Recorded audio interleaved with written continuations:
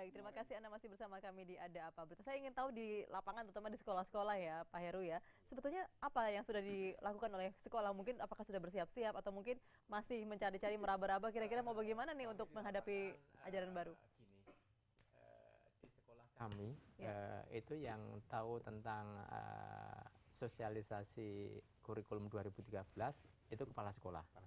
Kemudian saya, karena saya itu ikut aktif di dalam organisasi FMGJ bersama dengan FSGI, bersama dengan rekan-rekan koalisi pendidikan yang sering bertemu untuk merapatkan itu, sehingga kami pun dapat dokumentasi ini.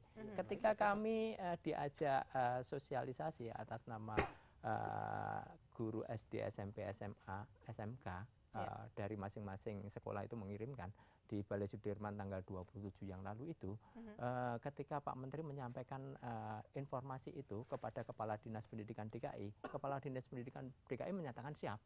Melaporkan bahwa Dinas Pendidikan DKI siap melaksanakan kurikulum 2013. Tapi ketika saya menanyakan sesuatu yang tadi saya sampaikan itu, ternyata mereka itu tercengang. Tercengangnya. Saya potong nih, ini kisahnya nyambung nih dengan kita. Kenapa? Karena pemerintah sosialisasinya kepada kepala sekolah dengan kepala dinas. Mana berani mereka menolak. Tapi ketika DPR datang, DPR datang, Komisi 10 datang ke setiap daerah, lalu didampingi oleh ada kadang-kadang Kabalitbang, waktu itu juga ada Pak Sawal, kepala badan. Saya bilang, saya minta jujur semua guru, pengawas, penilik, termasuk kepala dinas sejujur-jujurnya. Mereka berbeda. Nah, ini problemnya Itu loh. Struktural kan itu ya. Problemnya adalah pertama, guru dipaksa menerima sesuatu yang tidak siap. Jadi ada salah paradigma tentang pendidikan.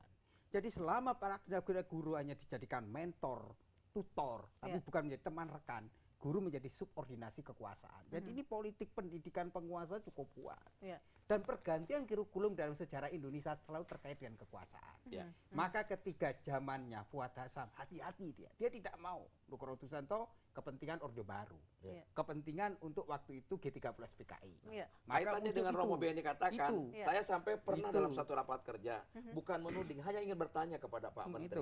Sesungguhnya ada konspirasi apa di balik kurikulum ini? Kok sampai segitu urgentnya pernyataan Menteri ini? Kalau ini 2013 tidak dijalankan kurikulum, maka bahaya masa depan. Seolah-olah besok gempa bumi gitu loh. Segitu dahsyatnya loh Pak Dharma.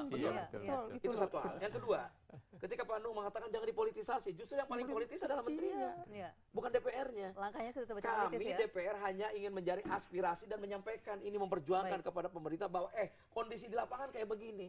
Saya khawatir Pak SBY itu hanya mendapatkan laporan bahwa ini sudah everything is okay gitu. Kalau kepala sekolah kan ya terima takut kan, padahal guru yang menjalankan bingung. Ketika kami sadarkan ini, guru matematika bingung bagaimana menerangkan segitiga dengan ketaatan, tanggung jawab, disiplin. Mereka bingung. Begini Romo Beni, saya bisa menambahkan lagi satu teknis yang mendetail ya. Ini belajar mengenai seni budaya. Saya baca ini ya. Seni budaya terdiri atas 4 aspek, yaitu seni rupa, seni musik, seni tari, dan seni teater. Masing-masing aspek diajarkan secara terpisah dan setiap satuan pendidikan dapat memilih aspek yang diajarkan sesuai dengan kemampuan guru. Jadi sekolah itu boleh hanya mengajarkan satu aspek sesuai dengan kemampuan guru. Nah, sekarang kita lihat sekarang kita lihat ini seni rupa. Seni rupa di sini ini kompetensi dasar 1, 2, 3 dan 4 yang diajarkan kan kompetensi dasar 3. Di sini dituliskan begini. Menganalisis secara konseptual dan operasional tentang gambar dan kriya. Nah, tetapi di sini yang diajarkan keterampilannya menggambar flora, fauna, benda alam dan seterusnya. 4 ya.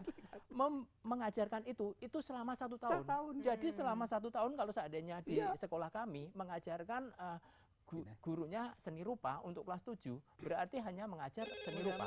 Seni rupa yang diajarkan cuma satu tadi, menganalisis secara konseptual dan operasional gambar dan kriya. Nah, seperti ini. Jadi yang saya sampaikan sebetulnya, dan kurikulum dipaksakan ini sebaiknya dikaji, ditunda sampai 2014. Kenapa? Jangan sampai anak jadi korban, guru jadi kambing hitam. Betul. Dan akhirnya jadi tumbal. Baik, kita angkat telepon dulu dari pemirsa. Halo, selamat malam. Halo, selamat malam. Iya, silakan dengan Ibu siapa di mana? Saya dengan Ibu Rina di Bogor. Baik, silakan Ibu Rina. Ya, pertama ini ya, saya hanya ingin langsung saja pada to the point. Tolonglah setiap inovasi itu dikritisi secara bijak. Saya memang tidak tidak ikut berkecimpung dalam pembuatan kurikulum 2013 ini, tetapi saya tahu dari segi isinya ini menekankan pada afektif, sedangkan kurikulum yang sebelumnya itu menekankan pada kognitif. Jadi jika kita ingin memperbaiki krisis moral yang ada di Indonesia ini, ya kita optimis saja dulu, karena percayakan dulu pada yang membuatnya. Yang membuatnya ini adalah orang-orang yang paham pendidikan, tentang kurikulum pendidikan, dan mereka ini melibatkan juga para praktisi pendidikan yang di tingkat lapangan, ya ada guru SD-nya. Jadi kenapa kita harus mengkritisi secara tidak bijak? Jadi kalaupun misalnya tadi dari DPR tidak menyetujui, maka tidak menyetujuinya dengan alasan apa seperti itu. Terima kasih. Assalamualaikum warahmatullahi wabarakatuh. Saya kira mesti diralat. DPR bukan tidak dalam posisi menyetujui atau tidak menyetujui. DPR menerima semua masukan. Kalau tadi misalnya ini yang membuatnya ahli, mengkritisinya pun ahli. DPR tidak mengkritisi secara konten loh, tapi secara kebijakan. Harus dicatat itu. Karena apa? Yang memprotes dan memberikan masukan pun juga profesor dan doktor. Sama. Artinya gini, ketika pemerintah meminta masukan, tapi yang keluarnya tetap prinsip-prinsip mereka, bukan prinsip tidak akomodatif gitu. Dan kita pun tidak ingin menolak kurikulum, hanya ingin menunda, meminta diuji cobakan dulu, tidak menjadi sebuah keputusan definitif. Itu loh Bu Rina ya. Jadi DPR itu tidak dalam posisi menyetujui atau tidak menyetujui. Hanya ketika perkembangan di masyarakat semacam ini, wakil rakyat nggak boleh tinggal diam. Kita harus berbicara. Maka bicaralah kami kepada pemerintah. Pak Menteri, tolong diuji cobakan dulu. Lalu jangan didefinitifkan seluruh Indonesia seperti ini. Sebab apa? Aspek tadi guru belum terlatih. Waktu yang sangat mepet. Bikin buku hanya 1 bulan. Nggak mungkin. Dan ini sebuah pekerjaan yang sangat. Jangan sampai bikin statement politik bahwa kalau tidak dilaksanakan bulan Juni 2013, seolah-olah besok akan gempa bumi generasi muda ini. Jadi ada persoalan mendasar ya. Kalau kita mau mengubah sebuah kurikulum itu berdasarkan evaluasi. Dari hasil evaluasi itu diputuskan. Tidak ada evaluasi 2006 ya? Dari 2006. KTSP belum dijalankan evaluasi, maka mereka butuh anggaran 350 triliun untuk memperbaiki itu. Itu aja belum dilaksanakan. Jadi kalau kita mau jujur, konten isi barang guru nggak dilibatkan dalam penyusunan ini. Jadi gini loh, kalau kita mau mengkritisi, ini demi masa depan bangsa. Kita menyelamatkan generasi bangsa. Kalau ini dipaksakan dengan sebulan buku belum jadi, ini akan anak-anak kita jadi apa gitu loh. Oke, kita angkat telepon lagi dari pemirsa. Halo, selamat malam. Halo, assalamualaikum. Waalaikumsalam. Dengan Ibu siapa di mana? Bu Siti Maimunah dari Tahu Serpong. Baik, silakan Ibu Siti. Ini dilema banget Ibu ya masalah kurikulum ini. Kemarin kita diharapkan pada untuk kurikulum ini kurikulum tingkat satuan pendidikan. Nah sekarang kita dihadapkan ke kurikulum 2013. Ibu Siti sebagai guru juga? Yang kemarin aja belum selesai rampung, sekarang udah ada yang baru lagi. Dan lagi kemarin kita sudah dihadapkan pada berbagai macam integrasi pelajaran seperti budi pekerti, lalu yang kemarin itu integrasi ke PKN ya. Terus kemudian anti korupsi. Jadi guru tuh jadi sekarang sebenarnya sebagai apa gitu?